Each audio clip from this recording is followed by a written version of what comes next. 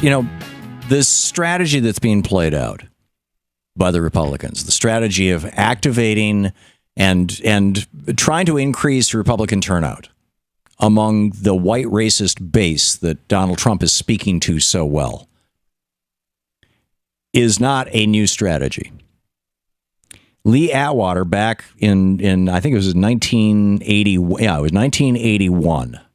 Now, the Southern strategy was started in the late 60s, early 70s by Richard Nixon. Let's reach out to the white racist voters that Lyndon Johnson kicked to the curb in 65, 66, 67 with the Civil Rights Act, the Voting Rights Act, etc.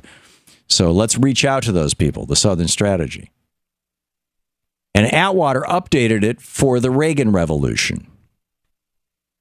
And this is Lee Atwater talking to a group of Republican activists and talking about how he was going to use race without using words that sound racist. And he points out that, back in the 40s and 50s, you could use the N-word. And then in the 60s and 70s, you could say forced busing, and it meant the same thing. People knew you were talking about race. White bigots in the South, in particular, knew you were talking about race, although they're not limited to the South. And then, as we came into the Reagan era, Reagan was going to be talking about cutting things like welfare. Find that welfare queen and cut her off. And he said, we know cutting government programs that help people is going to hurt black people more than white people because they're more dependent on government programs because of 400 years of slavery and institutional racism. And so all the white racists will get it immediately, even if the news reporters don't. And nobody can accuse us of being racist if we simply say we're going to cut this, we're going to cut that. But the racists, they know exactly what we're talking about. Here is Lee Atwater laying out his strategy. I would approach that issue as a statistician, like political science, or no, as a psychologist, which I'm not. Is how abstract you handle the race thing. In other words, you start out. And now y'all are quoting me on this. This is how abstract you handle the race thing. You got that? Okay, so you start out. You start out in 1954 by saying, by 1968 you can't say that hurts or backfires, so you say stuff like forced busing, states' rights and all that stuff.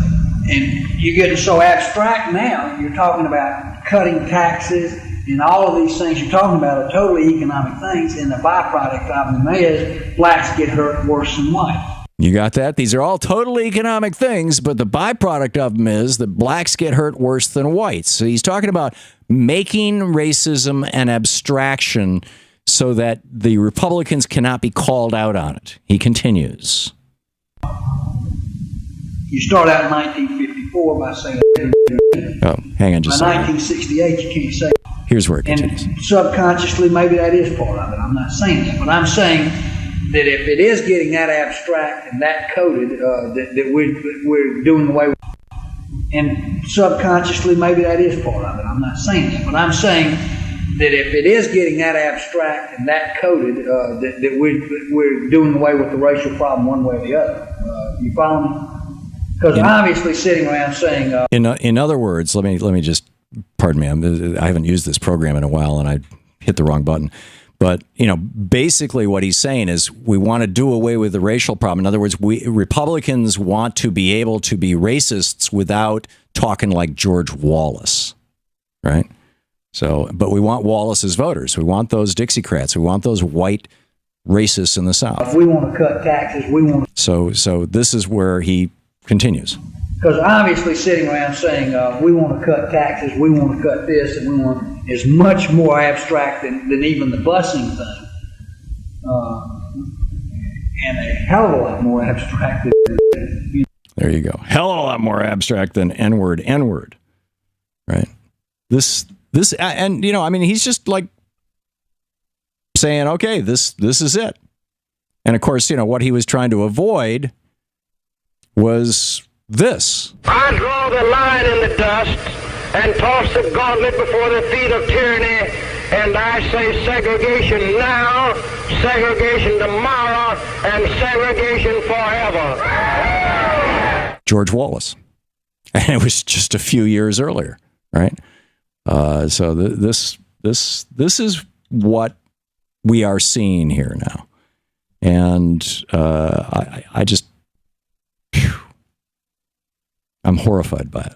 I don't know how to say it beyond that. To watch more clips from our programs, hit the Watch More Videos button over here. And please be sure to hit the handy-dandy subscribe button so you'll always be up to date. Tag, you're it.